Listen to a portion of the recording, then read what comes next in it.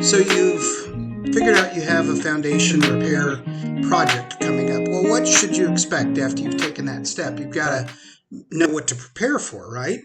Well, most foundation work will probably be done either in the basement or a crawl space or on the outside. So when you are preparing, you have to prepare that it's in fact a construction project.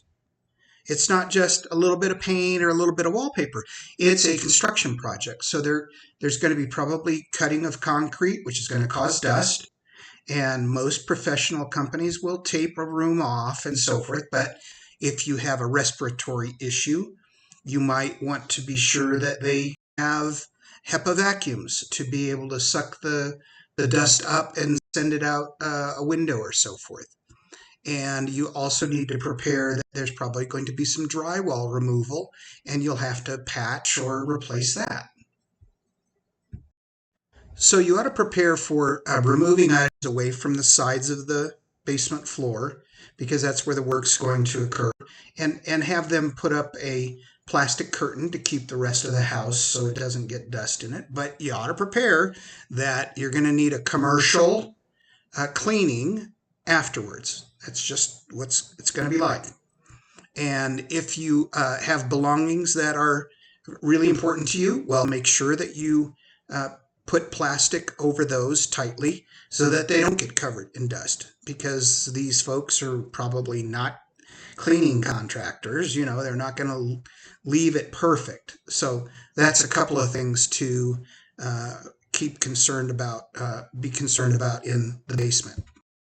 So another thing you want to be concerned about is, or be prepared for, I should say, is it's going to be noisy.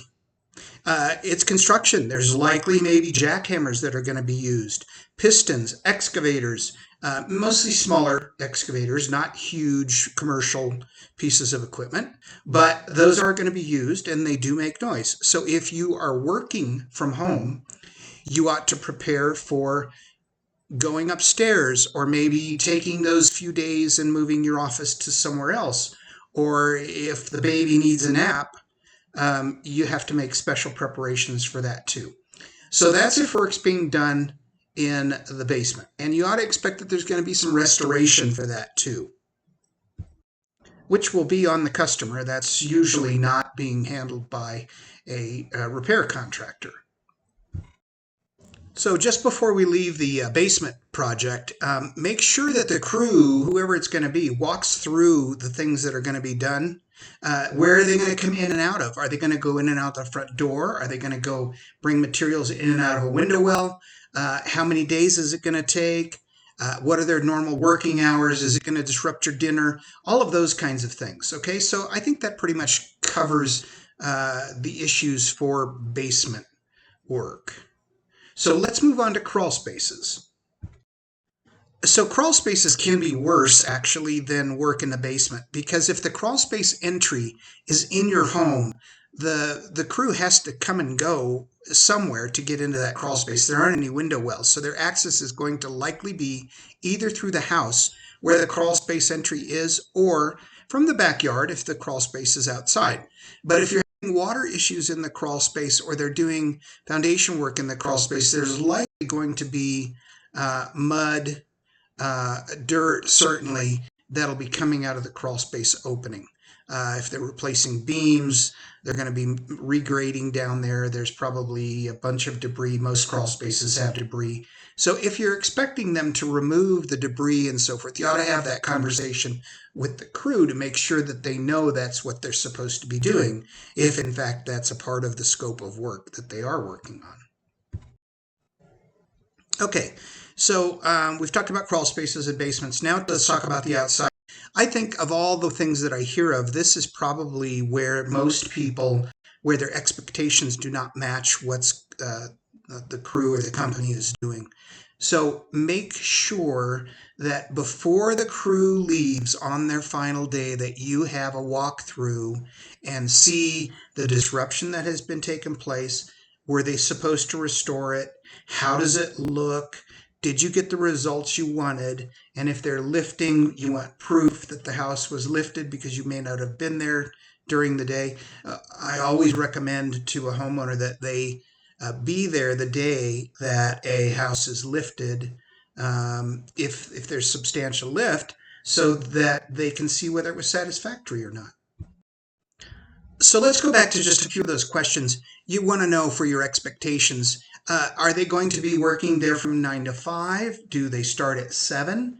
Will they work into the evening? How many days is it going to take? Don't let the crew leave before you've done that walkthrough. If they've disturbed landscaping, are you expected to fix it? Are they expected to fix it?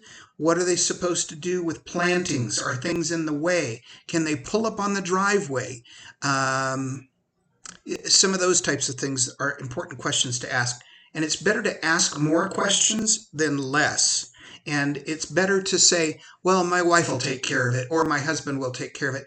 Don't do that, because usually that's a surprise to that person by the end of the day, on the final day. So there's one other thing, and that is there may be some demolition of a room or some fixtures or a shower or something like that, or cabinets and that sort of thing. So make sure that you have a very clear discussion with the company that's doing the work for those particular things. I'm sure there's some other things to be able to put up here that are questions to ask on preparation. But I think if you get through most of this, and you take these suggestions, that it will benefit you greatly to a very much more satisfactory conclusion than kind of leaving these things to chance. And I would not expect, just here at the end here, I would not expect the crew to ask or answer all these questions without you asking them. They're not going to offer answers to questions that you might have unless you ask the question.